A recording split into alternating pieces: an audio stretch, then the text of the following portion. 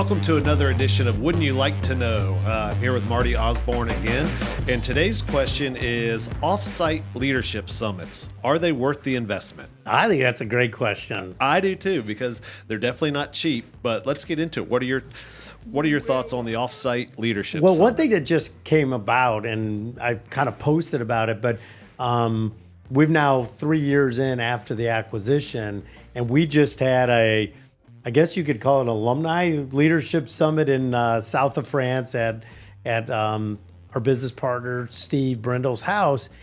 And what was fascinating was when you have everybody in the same house, you wake up, you cook breakfast together, the number of conversations that we just had that were just natural at the supper table or just sitting out having a glass of wine or sitting by the pool. It just reminded me about how important it is to do these, to build relationships that you cannot do via Zoom or in a company setting. It's imperative that teams go offsite together. I agree. Let's just quick scenario. You have a summit in your office.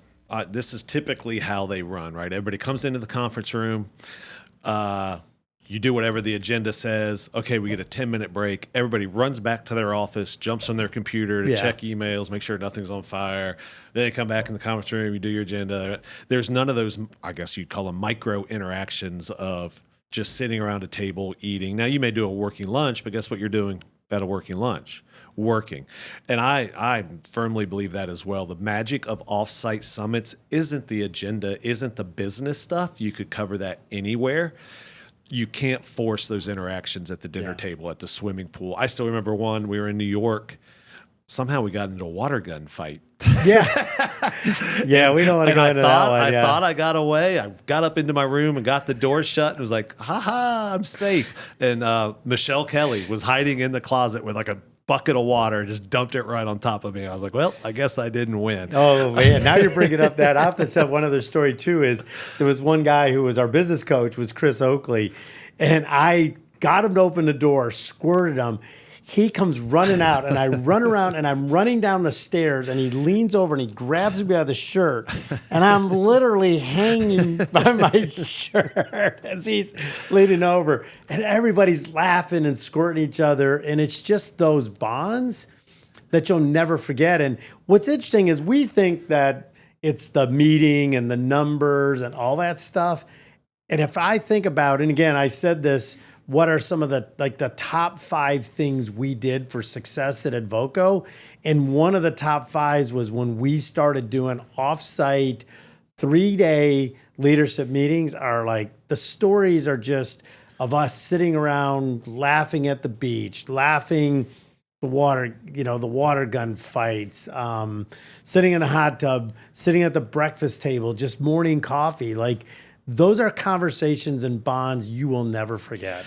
You can't put a price on how much trust, unity, and camaraderie is built in those moments, in my opinion. Again, that's not something you can... You're not going to have a water fight in the office, right?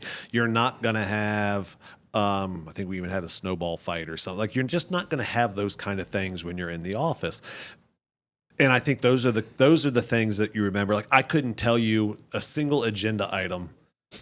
I mean, we probably did strategic initiatives, but I couldn't tell you what they were. I couldn't, because it was so long ago. But you do remember, Chris Oakley grabbing you. I remember sitting out at the campfire, just having a couple beers and people chatting about stuff. And to me, that's the magic of the Offsite Summit. Can you put a price on that?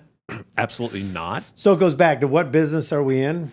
The people business. We're in the people business. And if we don't figure out a way to get our people to learn and understand and have these conversations that are just natural, that just comes out. And when you become friends, that's when business becomes magical. I have to share one other story. And I saw this thing, and again, it's funny to watch LinkedIn, and it was about a company, and they were growing and they were getting big, but the owner hated her job. She hated it, and she didn't know whether to sell or get out. And the only thing, everybody gave their reasons, and you should sell the company, not. To me, the problem was they didn't have a team that got together. They didn't have a team that was cohesive, that was fun, that they showed up every day. And if you want to change the dynamics, do a summit. It doesn't cost that much money. And to me, once you go an offsite, and this is not go stay in a fancy hotel, this is not, trying to impress everybody with spouses, because then everybody's separate. This is your leadership team. These are your key people living in a big house together, cooking together, hanging out together. And I swear it will change everything about your business. I know a bunch of HR people just cringed out there hearing under the same roof. Yes, under the same roof. And if you think it's expensive to do, don't do it. I would say, can you afford not to do it? Can you afford not to? But so, yeah, simple question from By Design Advisors. Are offsite summits worth the investment? Hell yeah. Yeah, I think if you're not doing it, you are missing a trick. Patrick Lencioni's number one sign of a healthy organization is a cohesive, aligned leadership team. Yep. Only way to do it. Only way to do it. So that's our answer on this edition of Wouldn't You Like to Know?